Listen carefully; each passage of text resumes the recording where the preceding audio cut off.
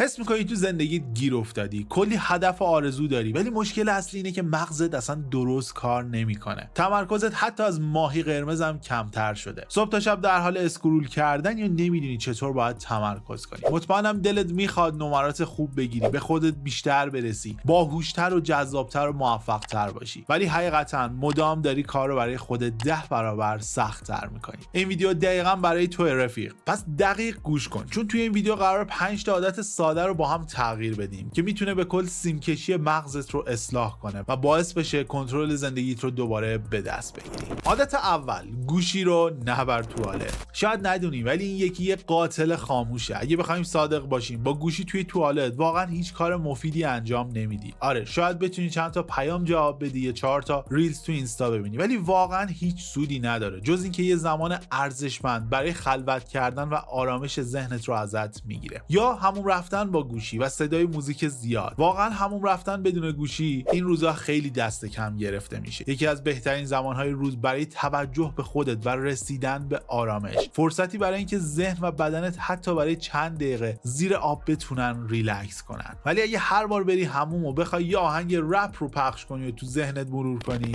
این فرصت فوق العاده رو از دست خواهی داد. عادت دوم، موقع کار گوشی رو بذار کنار. دارم از وقتی حرف میزنم که داری یه کار جدی انجام میدی، مثل درس خوندن، نوشتن یا خلق کردن. ببین رفقا، این روزا گوشی‌ها واسه ما شدن یه جورایی مثل یه عضو حیاتی از بدنمون. انگار اگه نزدیکمون نباشن یه چیزی کمه و دنیا خراب میشه. در حالی که اگه عمیق‌تر فکر کنی متوجه میشی این دقیقاً هدفیه که سازندگانش داشتن که با استراتژی‌های خیلی هوشمندانه همچین بلایی رو سر ما بیارن. اما باید باهوش‌تر بود. یکی از قوی‌ترین عادت‌هایی که از همین امروز میتونی بسازی که باعث میشه تا کمتر کار کنی ولی بیشتر پول در بیاری، کمتر درس بخونی و نمرات بهتری بگیری، اینه که موقع کار مزاحمت‌ها رو به کل حذف کنی. پس سری بعد که خواستی کار مهمی انجام بدی، اول مطمئن شو گوشیت رو روی حالت هواپیما بذاری یا حتی کلاً خاموشش کنی. عادت سوم، بیشتر راه برو. تحقیقات نشون داده که بعد از فقط 20 دقیقه پیاده روی، قدرت مغزت افزایش پیدا میکنه. حالا مخصوصا اگه بتونی ترکیبش بکنی با صبح یه خورده نور خورشید هم بگیری که دیگه عالیه. راه رفتن یکی از بهترین و طبیعی ترین منبع دوپامینی که کلی انرژی و تمرکز رو بهت میده. همچنین اگه بتونی برسونیش به روزی حدود 8000 قدم که کاملا شدنیه، بدنت هم خوش فرم‌تر و جذاب‌تر میشه. عادت چهارم، بیشتر کتاب بخون. اگه فکر میکنی کتاب خوندن فقط برای آدمای خیلی درس خون یا کتاب بازه، دوباره فکر کن. کتاب خوندن مثل یک کلید جادوییه که مغزت رو روشن میکنه. اگه هنوز عاشق خوندن نشدی، به این فکر کن که با خوندن هر کتاب داری سالها تجربه، ایده های خلاقانه و داستان های آدمای مختلف رو تو چند صفحه مرور میکنی. انگار داری یه خلاصه از بهترین های دنیا رو میگیری بدون اینکه نیاز باشه تجربهشون کنی. من خودم هر شب قبل از خواب 10 تا 15 دقیقه حداقل کتاب میخونم و این کار برام شده یه عادت خوب که سالهاست دارم انجامش میدم و زندگیمو به کل تغییر داده. حتی باعث میشه بهتر بخوابم. بهترین کارم اینه که از چیزی شروع کنی که بهش علاقه داری. لازم نیست از همون اول یه کتاب سخت و پیچیده رو برداری. چیزی بخون که واقعا برات جذاب باشه. اگه نمیدونی از کجا شروع کنی، پیشنهاد من کتاب‌های جذابی مثل ایکیگای، عادت‌های اتمی از جیمز کلیر یا حتی انسان در جستجوی معنا از دکتر فرانکل. و اما عادت پنجم، گفتگوهای جذاب‌تر و واقعی‌تر داشته باش. و اما حالا قبل از اینکه بریم سراغ مورد بعدی، می‌خواستم یادآوری کنم که ساخت این ویدیو واقعا زمان و انرژی زیادی از من میگیره. من عاشق این کارم و برای شما انجامش میدم، ولی حمایت شما هم برام خیلی مهمه. پس اگه تا اینجا از محتوا خوشتون اومده و فکر می‌کنید مفید بوده، یه لطفی در حقم بکنید. همین الان قبل از اینکه یادتون بره، اون دکمه لایک زیر ویدیو رو بزنید و اگه هنوزم عضو کانال نشدید، خوشحال میشم سابسکرایب کنید تا ویدیوهای بعدی رو از دست ندید. این کار شما نه تنها به من انگیزه میده که ویدیوهای بهتری بسازم، بلکه باعث میشه محتوای کانال به دست افراد بیشتری هم برسه.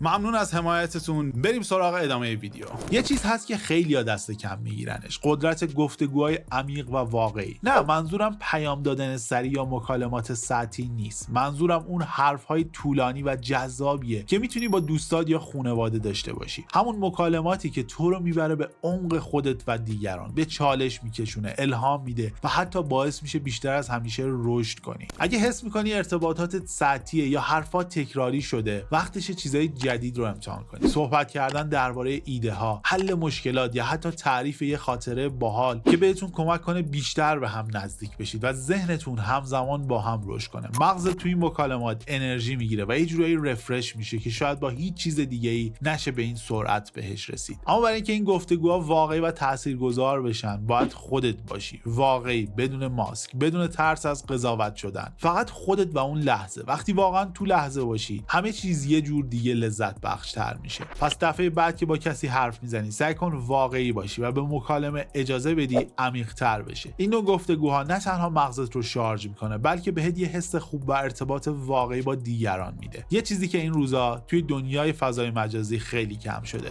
اینم از 5 تا عادت. این عادت‌ها رو از همین امروز شروع کن یا سعی کن حداقل یکیشون رو به کار بگیری. بهت قول میدم زندگیت خیلی بهتر میشه. امیدوارم این ویدیو برات مفید واقع شده باشه. اگه اینطور بوده، حتما ویدیو رو لایک کن و نظرت رو توی بخش کامنت ها برام بنویس. تا ویدیوهای بعدی، بدرود.